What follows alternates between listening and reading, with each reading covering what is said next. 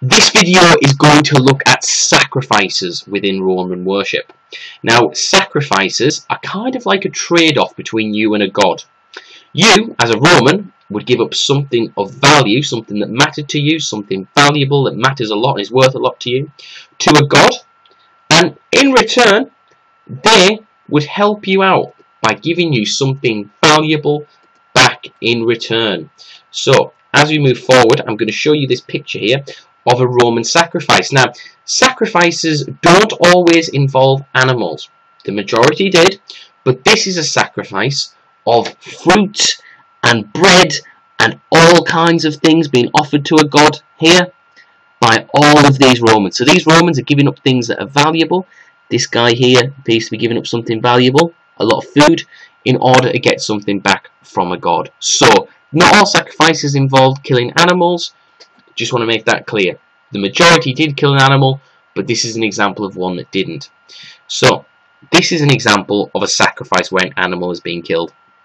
As you can see here, there's a bull about to be sacrificed in a massive tradition. The temple, you might know, is in the background. They're not sacrificing the animal within the temple. The temple is sacred ground. You didn't want to get a lot of animal blood all over it. So the sacrifice is taking place in the altar outside of the temple. So, when did a sacrifice take place? Well, as I said, it's a bit of a trade-off. You're trying to get something back in return from the god. So, you know, a farmer obviously wants to make sure that his harvests are going well, that he's getting all his crops back. So, as you know, the Roman goddess associated with agriculture, remember agriculture means farming, is Ceres. So here's Ceres with, you always recognise Ceres, remember, because she's got the bushel of crops under her arm, usually some form of cereal under her arm, so gives her a name, Ceres. Okay, so that's Ceres. Farmer might say, okay, I'm going to make a sacrifice to Ceres. In return, I want a good harvest, please, Ceres.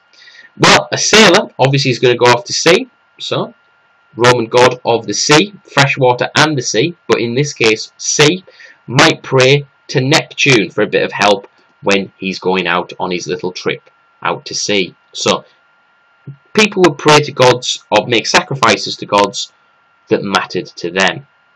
Now, what would they sacrifice? Well, as I said before, from that first picture, it didn't have to be an animal. It was quite common for milk to be sacrificed, put into a sacrifice, and just to say, I'm giving up that milk to the god, in return, please look out for me. This type of cake here, this is a Roman cake that they would give up as well. Cheese is actually surprisingly a common thing that Romans gave away in sacrifices. Cheese as well. And also the rich range of fruits that the Romans had from throughout their vast empire. So the Romans would give away quite a lot of things in a sacrifice. Now, the most common sacrifice was of an animal. And before we proceed or go any further, I want you to make a note of two key terms. The first key term I want you to note down is this one here, omen. Now, an omen is a god or the gods, a group of gods, giving you a sign of how happy they are and of what's going to happen in the future. So the gods are going to give you a little bit of a sign of how the future is going to be. That's called an omen. The second key term I want you to get is soothsayer. Now, a soothsayer is someone who can apparently see the future. The Romans are quite big into their soothsayers. They thought they were holy people who could predict the future. That is what a soothsayer is. So those are the two key terms I want you to get down. And you'll need to get them down for the rest of the video to make sense. So you might want to pause here and get them down. Okay, to move on, we're going to look at the stages in which a sacrifice would take place. There are 6 key stages, so make sure you get these. Firstly, obviously before you do anything, you need to find a priest at a relevant temple and say, I would like to carry out a sacrifice of an animal at this given time on this given day. You have to book yourself an appointment before you can start.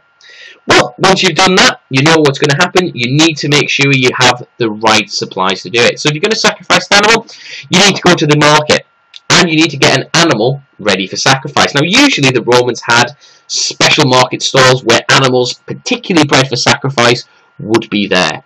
So you'd go, you'd look at your animal, usually something like a bull or a cow, and you'd say, right, are there any imperfections in this animal? Are there any blemishes?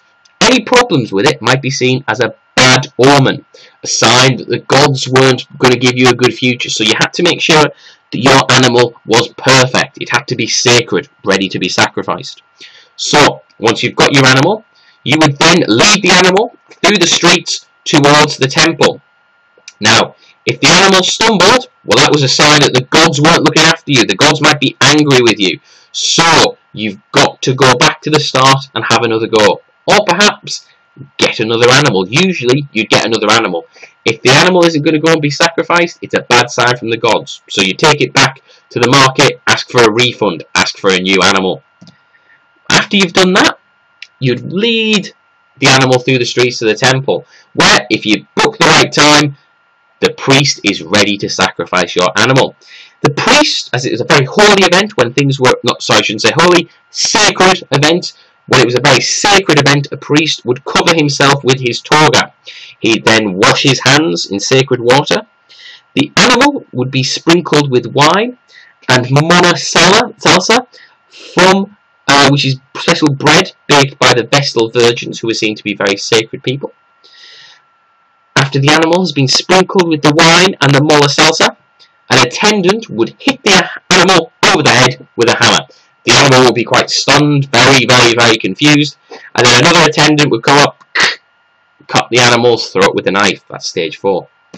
So, the poor dead animal would then be disemboweled. It would be cut open, and everything on the inside would be taken out.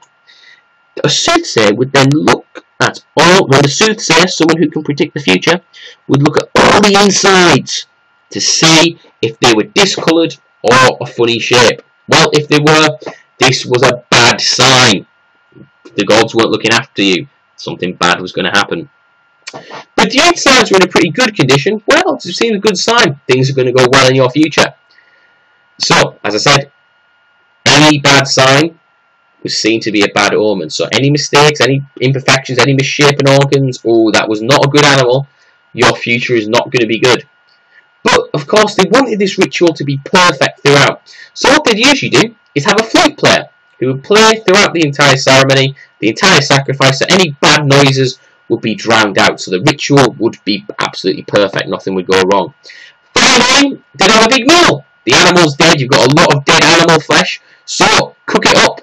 And then, as remember, Romans thought the temples, if you remember from the last video, were a house for the god. Well, if they ate the meat around the temple and went into the temple and ate it, then they're feasting with the god, getting on their side. They've done a sacrifice for them, and now they're sharing a meal with them. So hopefully, the god would look out for them. And that is the end of the ritual of the sacrifice.